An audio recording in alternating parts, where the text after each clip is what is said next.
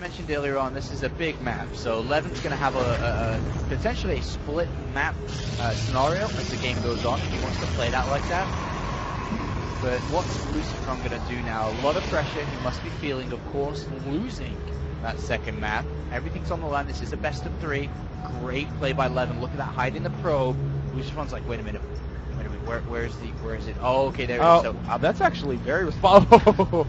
I don't like this so much from LucifroN. I mean, the Zealot's out. He's going to kill that off very quickly. Could have actually gotten a whack off on the SCV, but look at this. Levin actually does not even have the resources to be able to build this. It's just a lost investment for LucifroN. Well, you know, sometimes you get a little over-eager on the big stage. That's right. Behind that, we have the double barracks into the single refinery, and then the bunker coming down as well, just expecting the Zealot and Stalker to come over to pressure a little bit here. So the next move is always going to come over to Levin. Does he add on extra gateways as he's done so far throughout this series, or does he tech up faster? He may be waiting first, see if he can get some information. Yeah, this is a map where I love spending extra chrono boosts on the probes and going straight robotic security. Well, it looks like Levin is continuing to harass and might get himself free. No, LucifroN too good.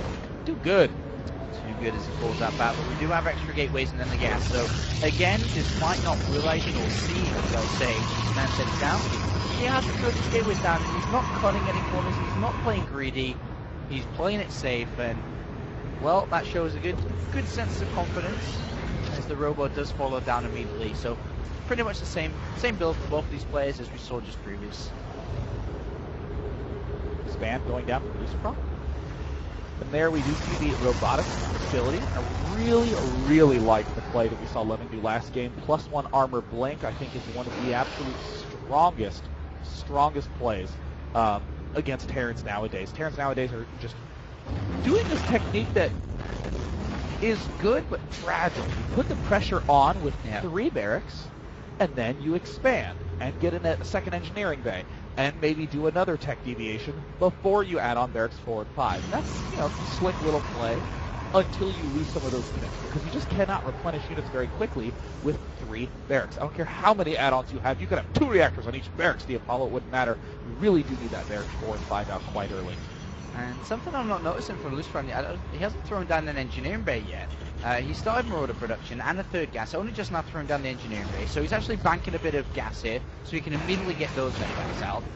There's the observer coming from Levin as well, just about to pop out, and the double gas is taken for him on the natural. The robot bay should be coming down as he strikes 200 gas now, and we will be seeing a Colossus play again. Is there? Ooh, now this is a very aggressive Colossus play. There's actually only 1 observer, which means you don't have enough spotting to be able to do the ordinary good defense that you'd like, but I mean, Levin still can follow up with a little bit later of an observer, like right now, but I would like to see that observer out if he wants to go for this blink play.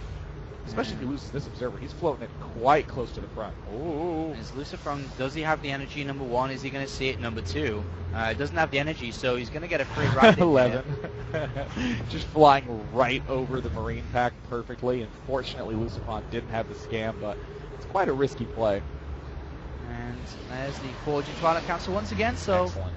Blink and armor coming again as a full scout from Levin. The next thing he wants to kind of know is it double barracks or command center down? He was denied previously and denied again here as the observer does fall down outside the natural. There's the remaining of the scan and the salvage bunker. So unfortunately for Levin, doesn't quite know exactly what LucifroN's planning, but yeah, this is a very unfortunate spot to be in when you don't have any observers. It's so nice to be able to plant an observer here behind the mineral field to be able to see exactly what's going on. Blink is joining the fray.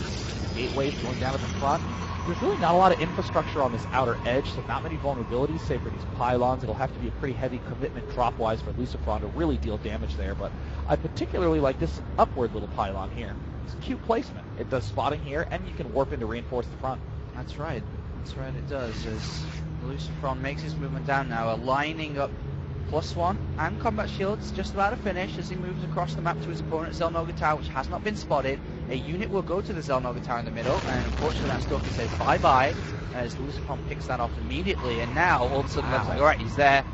how am I going to defend this? Where am I going to defend? As you said, there's an observer outside the main base here, so drops could be very potent. He's going to have to think about these things.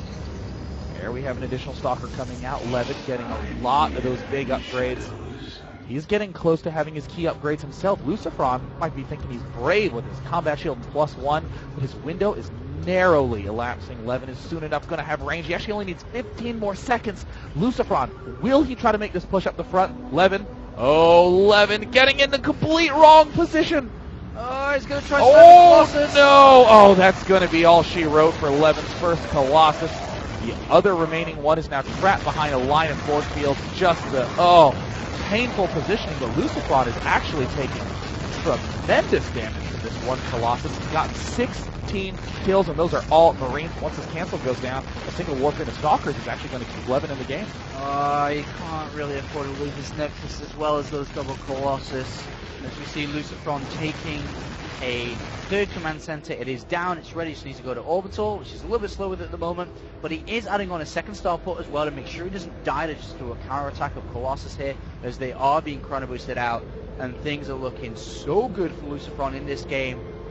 Can't make mistakes at this level of tournament play, Day 9.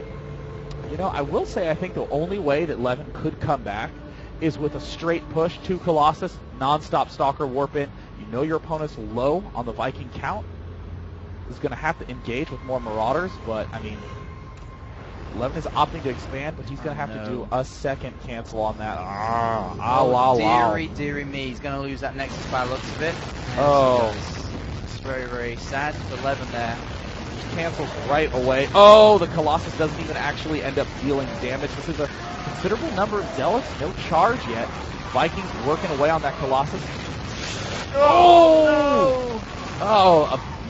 Just the biggest botch at this moment in time. I mean, the Zealots are out. There is no charge. Upgrade +2 is en route. The Templar Archives, a hint that he wanted to transition into Zealot Archon, but it just has too much gas tied up in building Blink Stalkers, building Colossus. Levin is kind of falling apart, not the Levin we saw in Game 2. Yeah, this is not looking so good for him at the moment, as we do see those double reactors on the starports. We have a lot more tech labs coming down, as mentioned. LucifroN's very heavy Marauders tab up. He's naked on the natural again, and LucifroN's just going to walk in and just pick off this Nexus. This is disastrous here for Levin, the South American representative here, and down falls that Nexus. LucifroN just doing nice, standard, strong play, getting surrounded by Zealots, but Zealots with no speed. I mean, LucifroN can quite easily kite this with just straight up standard Marauder play. And we'll pick off, oh my god, a third cancel on the net. A very narrow cancel there by Levin, but Levin is in a real bad spot to follow. LucifroN, the denial Terran, as he picks up another cancelled Nexus. A really, really bad game here for Levin, unfortunately. He's just been out microed, he's been out positioned, unfortunately had a move down, and then was counter positioned by LucifroN with a scan, and things are not looking good whatsoever. He's down at 1 base versus 3 with a fourth command center on the way, and again another Colossus will fall here, and LucifroN takes a good 70 supply lead. God, LucifroN playing this out magnificently. The heavy Marauder emphasis just blasting down the front. GG! LucifroN advances on to the next round.